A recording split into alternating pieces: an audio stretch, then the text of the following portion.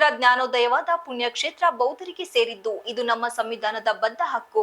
ಬುದ್ಧಗಯದ ಮಹಾಬೋಧಿ ಮಹಾವಿಹಾರದ ಮುಕ್ತಿ ಆಂದೋಲನವನ್ನು ನವೆಂಬರ್ 26ರಂದು ಜಿಲ್ಲಾಧಿಕಾರಿ ಕಚೇರಿ ಮುಂದೆ ಭಾಗವಹಿಸಬೇಕೆಂದು ಭಾರತೀಯ ಬೌದ್ಧ ಮಹಾಸಭಾದ ಅಧ್ಯಕ್ಷ ಎಚ್.ಡಿ. ಬಸವರಾಜ್ ತಿಳಿಸಿದರು.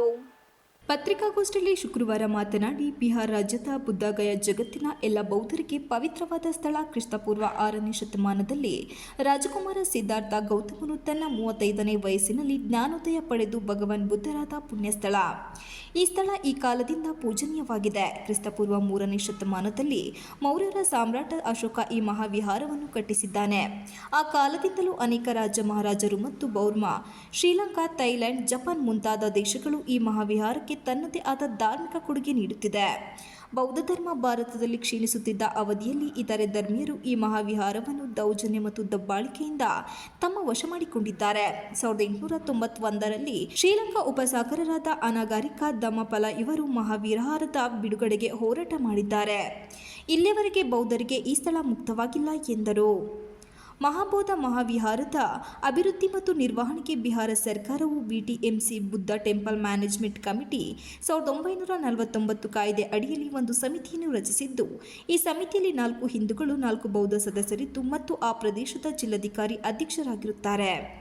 ಭಾರತದಲ್ಲಿ ಆಯಾ ಧರ್ಮದ ಪುಣ್ಯಕ್ಷೇತ್ರಗಳ ನಿರ್ವಹಣೆ ಆಯಾ ಧರ್ಮೀಯರಿಗೆ ನಿರ್ವಹಿಸುತ್ತಿರುವಾಗ ಬೌದ್ಧರ ಪುಣ್ಯಕ್ಷೇತ್ರದಲ್ಲಿ ಮಾತ್ರ ಇತರ ಧರ್ಮೀಯರ ಆಡಳಿತ ಸರಿಯೇ? ಭಗವಾನ್ ಬುದ್ಧರ ಜ್ಞಾನೋದಯವಾದ ಪುಣ್ಯಕ್ಷೇತ್ರ ಬೌದ್ಧರಿಗೆ ಸೇರಿದ್ದು. ಇದು ನಮ್ಮ ಸಂವಿಧಾನಬದ್ಧ ಹಕ್ಕು. 2024 ನವೆಂಬರ್ 26ರಂದು ಭಾರತ ಸಂವಿಧಾನ ಆಚರಣೆಯ ಸುಸಂದರ್ಭದಲ್ಲಿ ಬೌದ್ಧರಾದ ನಾವು ಧಾರ್ಮಿಕ ಹಕ್ಕಿಗಾಗಿ ಒತ್ತಾಯಿಸುತ್ತಿದ್ದೇವೆ ಎಂದು ಎಚ್ಚರಿಸಿದರು. ಸಾಕಷ್ಟು ಫಂಡ್ ಬರ್ತಾ ಇದೆ, ಯಾತ್ರಾರ್ಥಿಗಳು ಬರ್ತಾ ಇದ್ದಾರೆ, ಸಾಕಷ್ಟು ಫಂಡ್ ಬರ್ತಾ ಇದೆ. ಆದರೂ ಕೂಡ ಅದು ಸರಿಯಾಗಿ ಸದ್ವಿನಿಯೋಗ ಆಗ್ತಾ ಇಲ್ಲ. ಈ ಕಾರಣಕ್ಕಾಗಿ ಆಗ್ಲಿಂದಲೂ ಸಹ 1949 ಆ ಕಾನೂನನ್ನ ತೆಗಿಬೇಕು ಅಂತ ಹೇಳಿ ನಾವು ರಾಷ್ಟ್ರಪತಿಯವರಿಗೆ ಮತ್ತು ಪ್ರಧಾನಮಂತ್ರಿ ಅವರಿಗೆ, ಆ ರಾಜ್ಯದ ಬಿಹಾರ ರಾಜ್ಯದ ಮುಖ್ಯಮಂತ್ರಿಗಳಿಗೆ ಹಲವಾರು ರೀತಿ ಮನವಿಗಳನ್ನ ಸಲ್ಲಿಸಿದ್ರು ಸಹಿತ ಯಾವುದೇ ಉಪಯೋಗ ಆಗಿಲ್ಲ. ಈ ವಿಷಯವಾಗಿ ಸೆಪ್ಟೆಂಬರ್ 18ನೇ ತಾರೀಕು ಕಳೆದ 2 ತಿಂಗಳ ಹಿಂದೆ ಅಲ್ಲಿ ರಾಷ್ಟ್ರೀಯ ಮಟ್ಟದಲ್ಲಿ ಒಂದು ಪಾಟ್ನಾ ಚಲೋ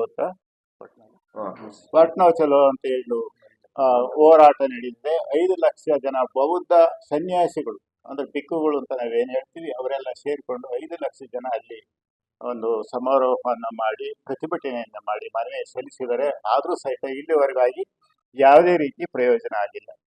ಪತ್ರಿಕಾಗೋಷ್ಠಿಯಲ್ಲಿ ಭಾರತೀಯ ಬೌದ್ಧ ಮಹಾಸಭಾದ ಗೌರವಾಧ್ಯಕ್ಷ ಎನ್.ಬಿ. ವೀರಭದ್ರಯ್ಯ, ಪ್ರಧಾನ ಕಾರ್ಯದರ್ಶಿ ಎಚ್.ಎಸ್. ಕುಮಾರ್ ಗೌರವ್ ಇತರರು ಉಪಸ್ಥಿತರಿದ್ದರು.